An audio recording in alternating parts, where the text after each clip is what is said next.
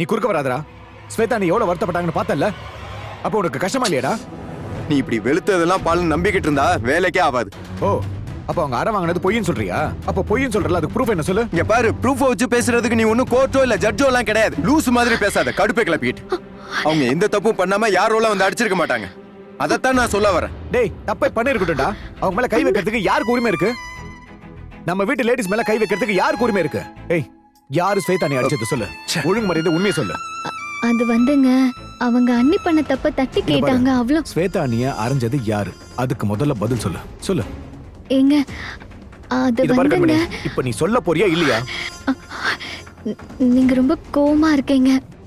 இப்ப போய் நீங்க பேசினா அவங்கள கஷ்டப்படுத்துவீங்க. வேண்டாங்க, விட்டுருங்க. நம்ம வீட்டு லேடிஸ் மேல கைய வச்சா என்னால விட முடியாது. இப்ப சொல்ல போறியா இல்லையா?